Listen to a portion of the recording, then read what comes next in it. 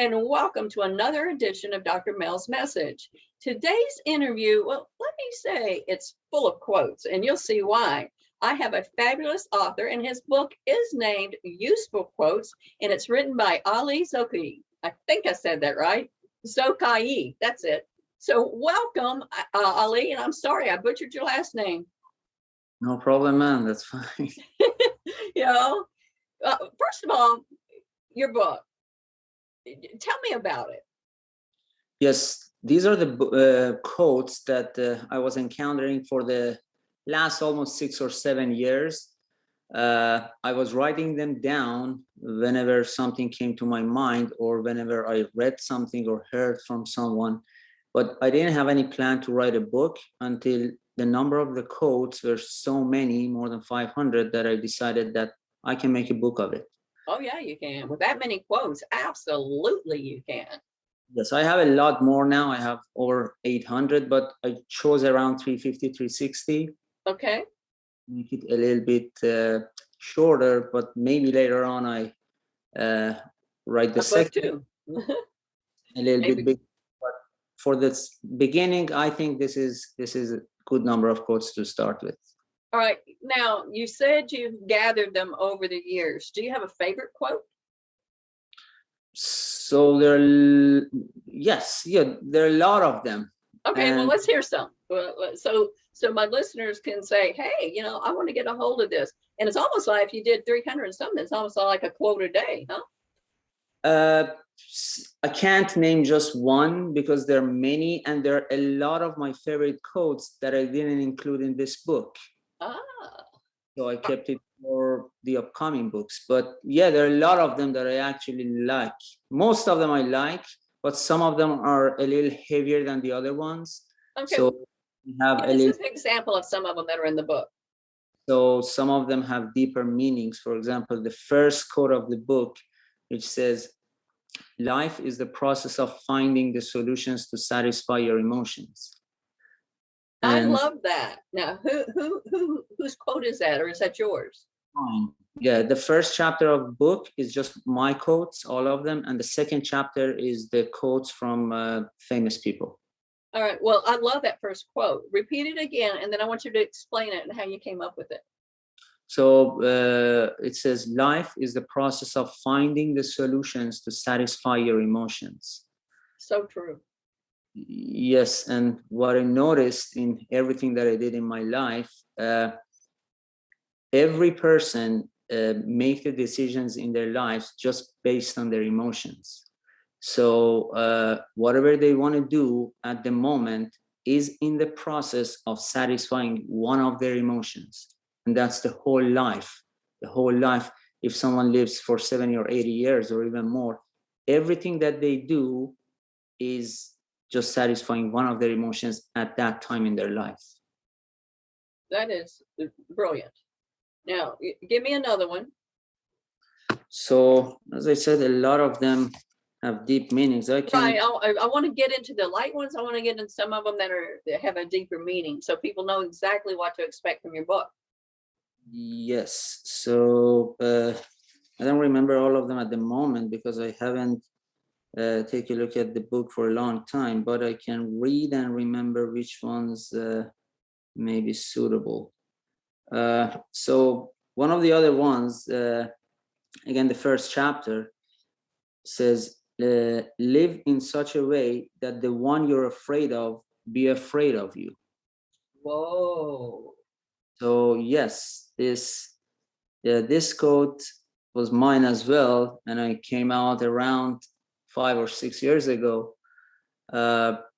because everyone that I saw as a role model, they had the same problem and they overcame that problem in some time in their lives. Otherwise, they don't worth looking up to. So they had someone in their life that they were afraid of, but they tried to live in a way that that person be afraid of them too. Otherwise, they're not trying hard enough.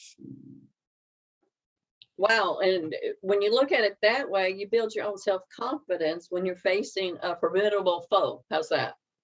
Yes, yeah, exactly. That's the whole process. Otherwise, if you're not trying to do something that the person or the people that you're afraid of them at some point in your life be afraid of you, it just means that you're not trying hard enough, or you're too afraid to face the truth.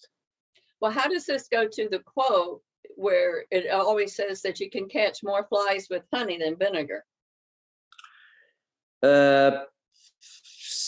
So I don't have that quote in my book, but My mother always taught me that one. And it has the same to do with the same thing about your enemy. yes, I don't call people enemies because Okay. That word doesn't have a practical meaning. It has a meaning, but that meaning is not practical. So basically, anyone who thinks is your enemy, it's just because you don't know their story and they don't know your story. And as soon as you communicate, you're going to see that they're not your enemy at least as much as you thought they are. I wish the world thought like you did. Wow. You Yeah. know, but because you're right, a lot of the misunderstandings come from being, quote, different, from different colors to a different way of thinking, different religions, different cultures, you know, all of that. And for me, I love traveling the world. I've been to 38 countries, and I love being immersed in somebody's culture and lifestyle. And it's when people go, oh, they're too different for me, I can't trust them, oh, I can't do this. And that's what your quote's saying. If you don't understand them, how can you even have judgment against them, right? Yes, because people make different emotional bonds throughout their lives, different people, and that's what makes them different. I've made different emotional bonds in my life, and someone else has made some other different emotional bonds. So definitely when we see each other, we can't communicate in the beginning because we are coming from completely different backgrounds. But that doesn't mean that we're enemies. True. And it doesn't mean that we have to agree with everything that each other says either. Yes, but there are some quotes in my book, more than one actually, that talks around the fact that some of the differences between the people, it's not just simply difference. It's because one approach is right and the other approach is wrong. It's not the case all the time, but it's the case some of the time. Explain that a little bit more, because it's a great concept. Yes, it's actually one of my quotes. I don't remember what number, so Okay. where should I find it in the book? But it exactly says that the difference between the people, sometimes it's not just simply difference. It's because one of them is right and the other one is wrong. And life is more about right and wrong than good or bad. Most of the people can distinguish between good and bad. Okay. But not everyone can distinguish between right and wrong. And that's why many people have many troubles in their lives. They're good people, they can distinguish what is good and what is bad, and they're trying to be good, and they're trying to do the good things, but that's different than doing the right thing. So good and right are two different concepts. They're not the same. No, you're absolutely right. And real quick, I want to show everyone your trailer that's available over on YouTube. Yes.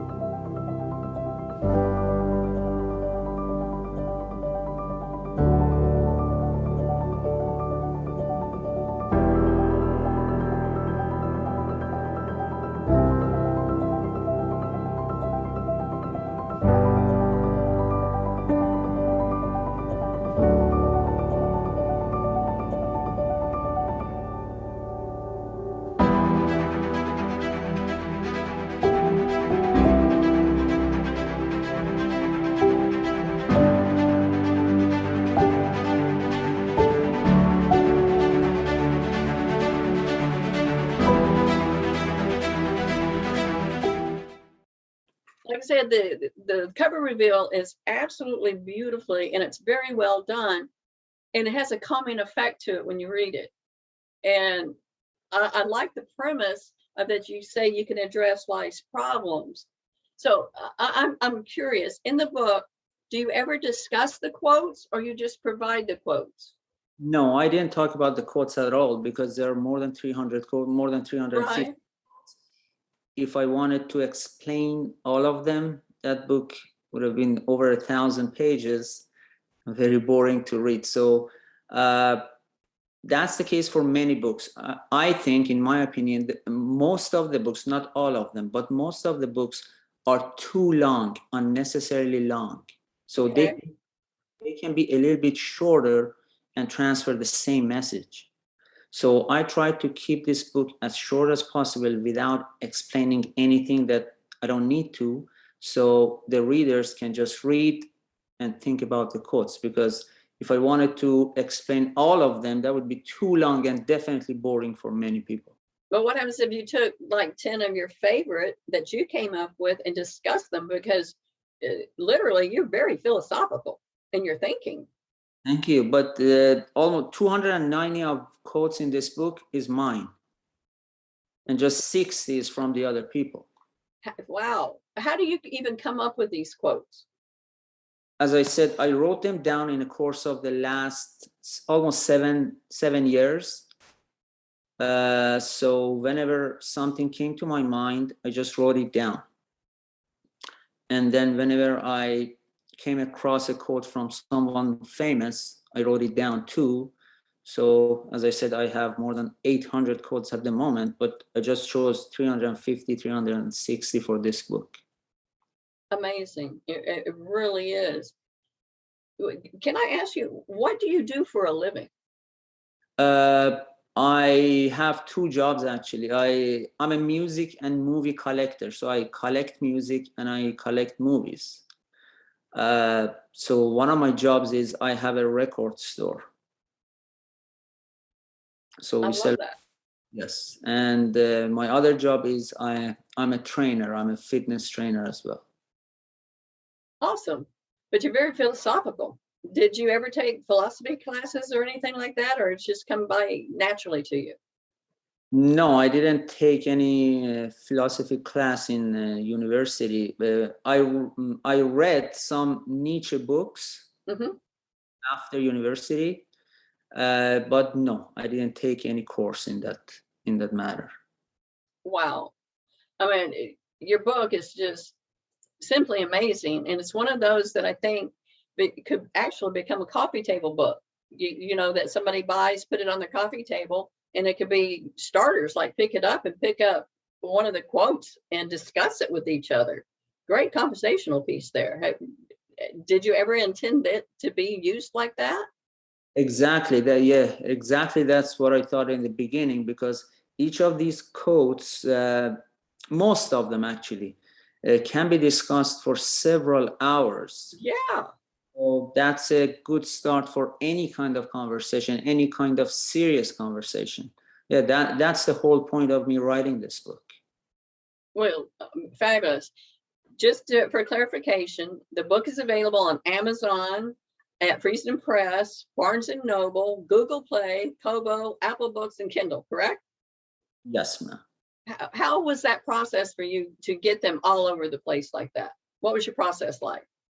So I worked with Friesen Press. They're my Hmm. company. Basically, they did everything. I just provided them with the manuscript and a lot of editing. So the book that was published was completely different than the first manuscript that I gave it to them. Yeah, it normally is that way. Yes, yes. And it took a lot longer than what I thought and what they thought. They said it's going to take usually between 5 to 7 months, but it took almost 13 months. Wow. Yes, because the number of the editings that we did. Yeah. Actually, I did. I was doing all of the editing, but I had to email them, and they had to go through them, answer me back, and this process happened a few times, which took several months. Incredible. Was your favorite part of the publishing process? So as you know, you work in publishing industry, Right. not, to be honest, it's not very pleasant until it comes out. All right. Fair, So fair statement. yeah, because I can't tell which part I didn't like at all. Uh, the the part that I didn't like is the mistakes that sometimes the other part makes, and I had to fix it. Hmm. Happens more than once, so 2, 3, or 4 times, and each time to fix it takes a few weeks, so it adds up to several months of delay for Right. the book. Yeah, but in the Uh, end, it's worth it when it all comes out and it's what you want, and you see it and perceive it as yeah, a quality, book that you're proud of. exactly. When it comes out and you see the result, then you see that it worth all of that time that you spent at the end. It worth. Right. I agree with that. I have 90 books myself, so even to this day, honestly, oh, I can't wait for that finished book to come where I can actually hold it. And it can take a while. You're right. And I'm in the publishing business, so I understand that. So what's next for you? Uh, Besides another quote book or anything, is there something else you're going to write? yes. As I said, because I'm a music collector and I've been to a lot of museums in US in different states, Hmm. 18 states, and I went to all of the rock and blues museums, and I took a lot of pictures. So what I'm trying to do next, which I already talked to one publisher, is I'm going to write a book about history of basically blues and rock, and I'm going to include the pictures that I took from different states in the United States in that book. It sounds very interesting. And when do you expect that to come out? So the problem with that book is the copyright of the pictures that I took. Right. Talked to couple of lawyers. That process will take a long time. Yeah, because you can't just publish, let's say the Rock and Roll Hall of Fame. You can't just go in there and take a picture of Elvis Presley's costume and put it in your book. Exactly. I have more than 3,000 pictures, but basically I can't use none of them. Because they're intellectual property of the original person. Exactly. So I need to talk to the managers of those museums, take permission. Some of them may have some money. I don't know. So I need to go through the whole process before publishing the next book. Yeah, that will be strenuous. I will tell you that. Yes. Yes. Is there anything else you would like my audience to know about you or about your book? No, just the book is, as I gave it to my parents and they read it once, my mom said that she needs to read it a few more times to go through all of the quotes, because some of them, as you go through them, you're going to see some of them, you can't get them the first time that you read them. And that's the case for some movies, some music, that you can't get the whole thing just the first time that you encounter them. Right. And you see, one thing that's what I really love about your book is that you can literally sit it on your coffee table and pick it up. And hey, honey, let's talk about this quote tonight. Or if your daughter comes over, or a friend, it's a great conversation starter piece. And like you said, each quote you can discuss for hours upon a time. Yes, for some of them, they can discuss for the rest of their lives without any results as well. But most of them, yes. Well, I think I just gave you your idea for your next book after the second quote book. And that is to literally do a book called Conversation Starters using quotes. Yes, but yeah, that can be an option, but the number of the quotes should be a lot less. Yeah, I would leave it to literally 50 or less. At max. Yeah, Max. 50 or less. Yes, definitely. But like I said, I just gave you an idea for your next book, and I own Absolute Author Publishing House, and I would love to publish that book for you. And I tell you, it won't take 13 months. Definitely the next one will take a lot shorter. Yeah. Well, you have been an absolute delight. And I appreciate you coming on Dr. Mel's Message. And I look forward for my readership to get to know you, because we got to know a little bit about you, because you were so open and honest about your thoughts and your philosophy with us. And I hope they sincerely buy this book. Useful quotes. It's more useful than you think it is. And so it's a beautiful title. And again, I've been talking to the author, Ali, and he's just been an absolute delight. So thank you so much for coming on board with us today. Thank you very much.